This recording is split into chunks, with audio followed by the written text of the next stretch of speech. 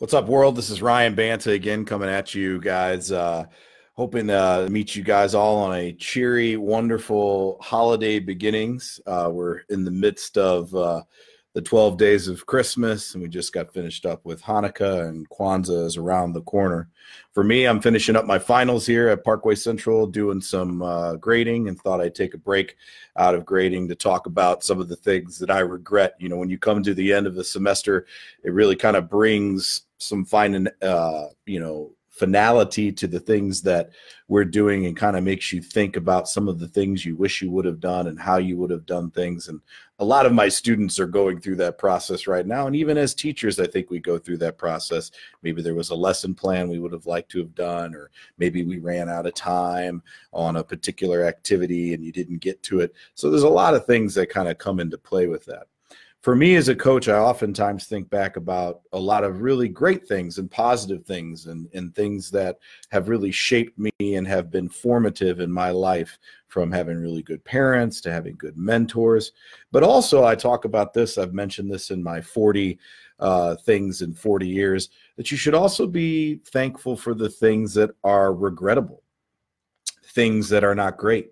People who have gotten in your way that you might even say are the demons in your life. And I know I've discussed that a lot.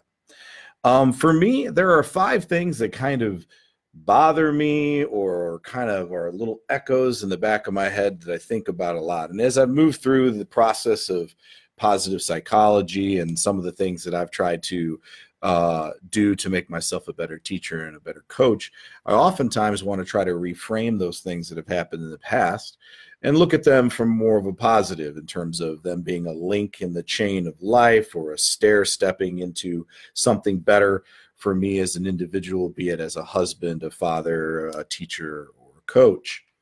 But you know, when you teach and you coach, there's always going to be things that you regret. Some of those things can be as silly as forgetting to assign a homework assignment, to something this the finality of somebody taking their own life, and a child that happened to be in your classroom. For me, one of the things that I've battled over my time as a young person, and with my personality and my energy, is being able to not lose my composure with a student or an athlete or an entire classroom. Specifically, there have been a few times where I've lost my cool. I've gotten more upset than I should have, and it was really unfair. And so for me, I look back at that, and I've lost that child or that group of people for a really long time. Now, luckily enough, I've had the opportunity to rebuild those relationships over time, or have had the opportunity to wash out some of that bad stuff with a lot of positives, but that doesn't always happen. And so in particular, if you assign something and you're not grading it fairly, or you've rushed through something and you get this, this little inkling in your head that maybe I shouldn't be doing this way, maybe I'm cutting corners. You probably are, and you probably should step back from that and kind of think about, how can I do this better? How can I do this stronger?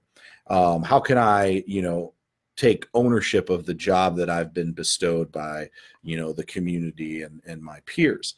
And I can remember a few times where I've lost my cool and I've gotten really angry, to the point of not necessarily, I'm not going to do anything unsafe or lose my job or anything like that, but I lost that relationship with that kid. And lo and behold, either the kid, never really connected with me in the classroom ever again, and they can't really switch out of class for just me being loud or upset. But in a sport, those kids won't come back. Kid might quit. Kid might finish through the season but never return.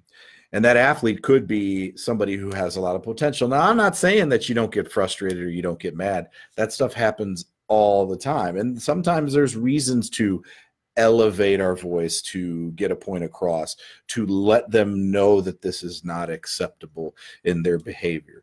But there's a way of doing that's constructive, and then there's a way of doing that's destructive. And I've done both. Thankfully, I've worked really hard at trying to prepare my students, my athletes, for who I am and what I'm about.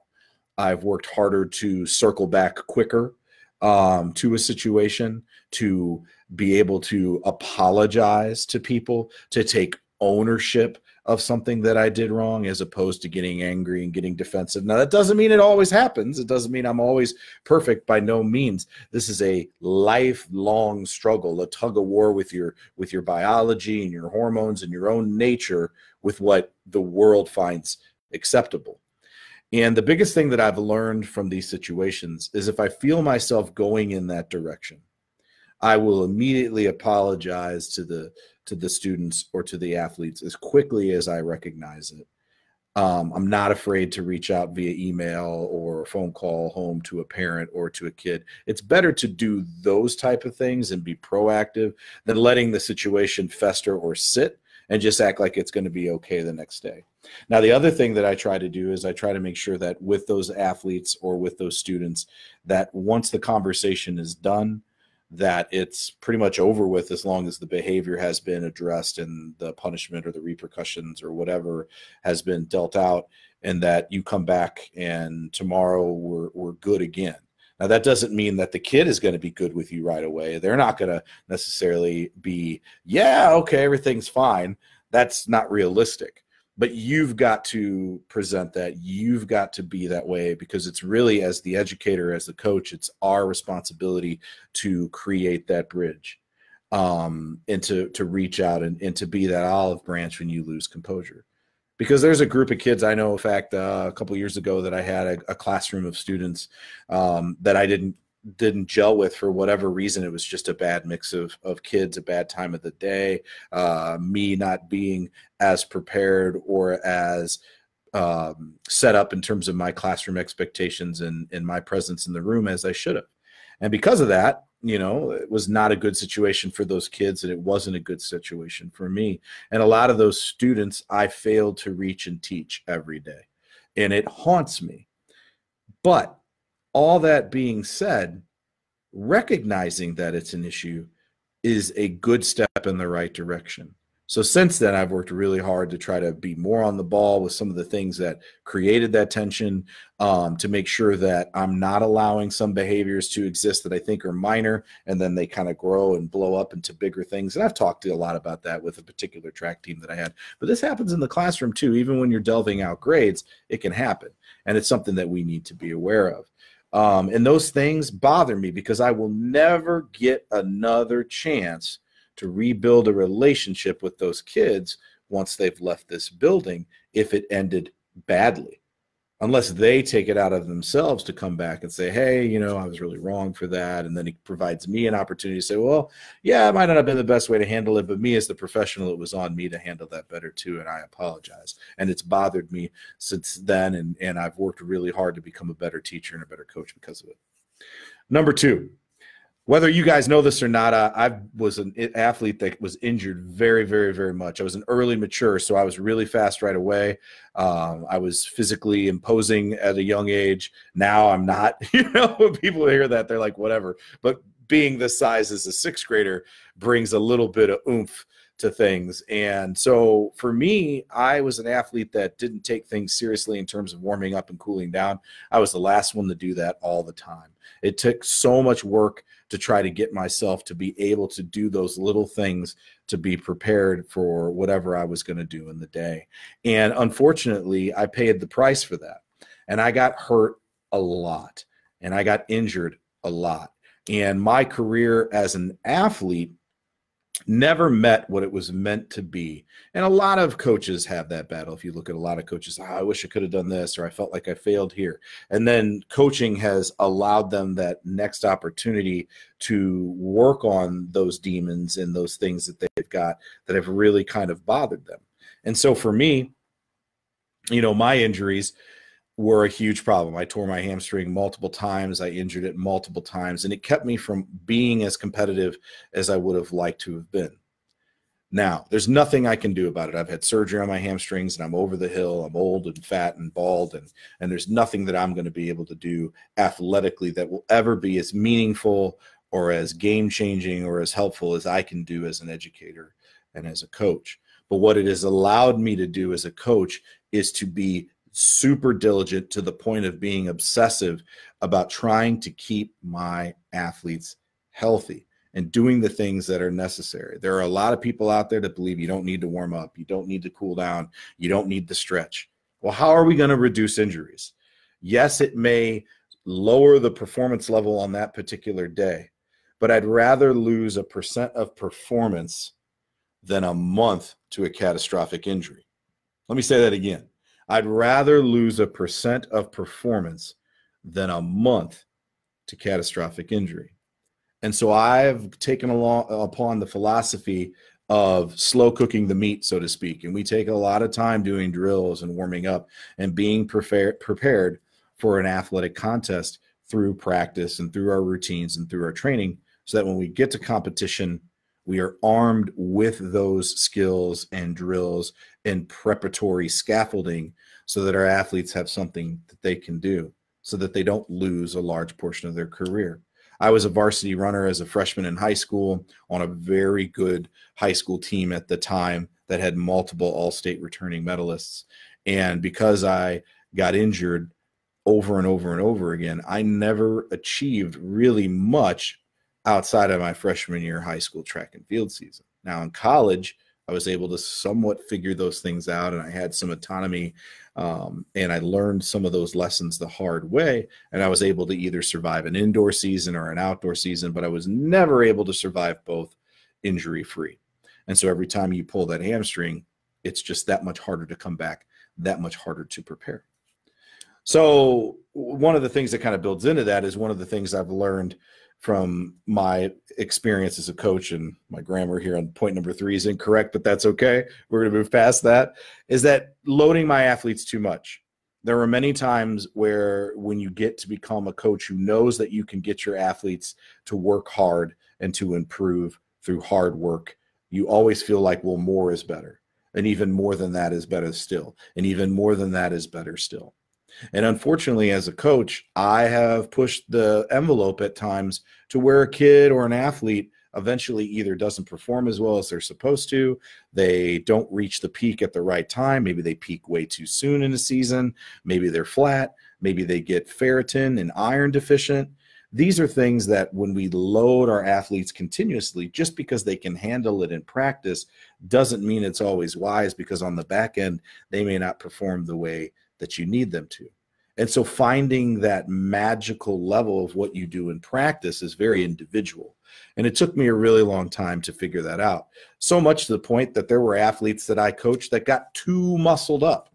You know, they were too buff and they were too strong for the sport. And I know that sounds silly, but, you know, in the world of track and field, you know, every extra pound of meat requires a heck of a lot more output to overcome that added mass to make that inertia and velocity do the things that you want it to do. And so while I was busy building bodybuilders, was not necessarily building the best athletes. And so that's something that took me a really long time to figure out, is what's good enough.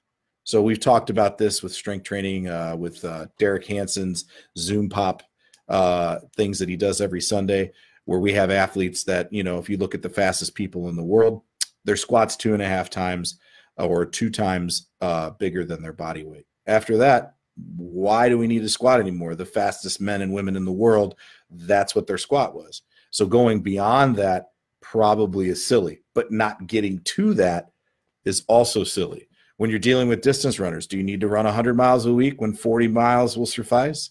If the athlete is still getting better off of 25 to 30 miles a week, do you still need to move the athlete up? Maybe the athlete doesn't need to run mileage all the time. Maybe the athlete can rotate between speed, power workouts, and then distance workouts, or even better, speed, power, distance, and then cross-train. These are things that took me a long time to figure out, because oftentimes when you're dealing with high school kids, they improve in spite of you, not because of you. I want to be the coach that my athletes improve because of me. Number 4, this seems like a really specific one, and it's kind of silly before we get to a serious one, is not running my athletes in a 4x4 in 2003. In 2003, as you guys know, that was my very first season as a high school track and field coach, as a head coach for the girls track and field team here at Parkway Central. And I know that the pictures are blurry behind you, but we have a 4x4 state championship up there along with a 4x8 state championship. But when I was in my first year of coaching, the only thing I cared about were the short sprints, the 4x1 and the 4x2. I knew the kids liked to run them, so that's what we ran. That's what we did. I didn't, worry about any of the other events, because it was like, this is all we're going to do, and this is what we're going to be great at, because this is what the kids want to do. Well, yeah, you want to make sure that the kids want to do it, but that's our job, is to make those things that aren't as convenient, that aren't as easy to do. That's our job, to get them willing to do it for themselves, for the team, and to buy into the things that you were doing. But I was so deathly afraid that the kids wouldn't give me a good effort, they wouldn't work hard, that I didn't run a 4x4 of any kind of note that first season. And on that team, I had the school record holder at the time in the 400-meter dash. I had the 200-meter, different kid, school record holder, who was also the 100-meter school record holder. And I had a sophomore that was the second fastest girl in the 100 and in the 200. And then I had a young lady who would eventually be a NEIA All-American in the decathlon. And I didn't run a 4x4. Now, what's the lesson there? The lesson is, as a coach, if you know there is something that is going to make your team successful, sometimes the path of least resistance is the worst thing you can choose. Sometimes you have to go through the path of resistance, because the end all goal and what you're going to create for your team and what you're going to create for that individual will be way more than the difficult, awkward phase of getting those kids to believe in what you're trying to do. And we joke about the 4x4 all the time. You got the memes of people hiding in trees and acting like they're dead, or there's all this mess. We're still running the 4x4, all those kind of tough guy memes. But the reality is that we've got to get our athletes to the point where they're willing to accept those challenges, no matter how scary they are. And that's one of the things you got to know. It's scary to do stuff you're uncomfortable with. It's scary to try stuff that's new. It's scary to do things that make you uncomfortable. But nothing you do ever has a complete comfort. Nothing you do is the absence of discomfort. If you're really pushing, if you're really working hard, there's always going to be a little bit of stress. There's always going to be something that's scary. I had to give a speech to the incoming college freshmen, because I was the president of my student body in college, which nobody would have ever believed that I was going to be able to do when I was in high school. So there were some things that went on there that I kind of stretched myself and my abilities and things like that. But I had to give a speech to about, 4,000 to 5,000 people that were coming in on that freshman orientation day. So everybody's mom, dad, grandma, all the kids are there, a lot of staff. Paul Ryan was there. The mayor of Kenosha was there, all these people. And I had to give a speech, and it was so scary. But at the same point, that was transformative for me. If I would have never been forced to give that speech to such a large group, I would never be able to do the things that I'm doing right now, knowing that some people will hear this and think that, oh, what does that guy know? He doesn't know anything. He doesn't have these kids, or he doesn't do this, or they don't do that, or I don't agree with his philosophy. Or, he's got all these, he wrote a book and he can't even put a sentence together. When he puts it down on paper, he's got so many grammatical errors. Yeah, I know that. But I don't care as much anymore. I'm willing to accept that discomfort. I'm willing to accept that criticism, because I feel like there's something of value that I have for people. And even though it might not be for everybody, even though some people might not care or instantly discredit me, if I can help one person or one kid or one athlete or one coach or one family member or friend, that means the world to me. Which gets me to point number 5, which is my last one. Long time ago, when I was a real young kid, I only had one friend, and that friend was Todd Harris. And Todd Harris was the class clown and the goofy guy and all that kind of stuff. But he was my best friend. And without Todd, I would have no friends. There would have been nobody that would have been there for me through my time and my experience growing up. I would have been a really, really, really lonely kid. But as time went on, Todd and I kind of split up. Todd kind of hung out with a crew of dudes that wasn't really the best guys on the planet. And I was very selfish, as a high school kid would be at that time. And I didn't have the words or the ability to pull Todd, even with all our history, back into our fold with our group, that he didn't have to go that direction. And over a long period of time, you know, Todd made some bad choices and poor choices and things like that, that weren't the best when it came to drinking and some other things that he was doing. And I pulled even farther away because I didn't want to get in trouble. I didn't want to be involved in those things. As we graduated high school, you know, and you start to reminisce and you start to be a little nostalgic and you think about the things that have gone on in your life, I felt a big hole in my heart because my best friend that I used to spend every day with, and we'd go hang out and stay up till the wee hours of the night playing video games or shooting baskets in our front yard or playing, you know, flashlight tag or whatever, even protected each other in fights in the neighborhood and things like that. I lost that life, you know, I lost that experience because Todd and I didn't have that relationship. And so, you know, I kind of made a point that I was going to reach back out to Todd, and, you know, that I thought Todd, you know, we were grown enough and matured enough that we could kind of reconnect and have a good experience. And unfortunately, in my sophomore year of college, first semester, Todd passed away. He died in a car wreck. And I never got the opportunity to tell Todd, you know, I love you, man. And, you know, even though we knew that shared history and even though we had that experience and we kind of talked around that a lot, we never really had that opportunity. I never got to thank him for being the best friend that a guy could ever have growing up, even when I was goofy and weird and, you know, was one of those kids that probably very few people wanted to hang out with. But he hung out with me. He was my buddy. He was my best friend. He protected me. He had my back. And I never got to thank him for that. And the worst thing of all is that during his eulogy of his funeral, here's this guy who has no problem talking in front of a camera, no problem, you know, self-promoting and saying, hey, I want to come to your clinic and talk and I'll present, and thinks really highly of himself in a public forum like I do, you know, which some of you guys probably think. And you'd be right to, I guess, think that, and it's okay. But I could not finish the eulogy for Todd. And it bothers me today because I did not get to honor him in the way that he should have been honored, because I was the only one who knew Todd when he was a young guy, knew Todd before he got into high school, knew him as my best friend, the guy who always had my back, the guy who always made me laugh, the guy who loved me and welcomed me into his house daily. Never had that chance. And then I didn't have a chance to tell him I loved him when he was here on this planet. So what drives me from this? What pushes me from this experience? Very simple.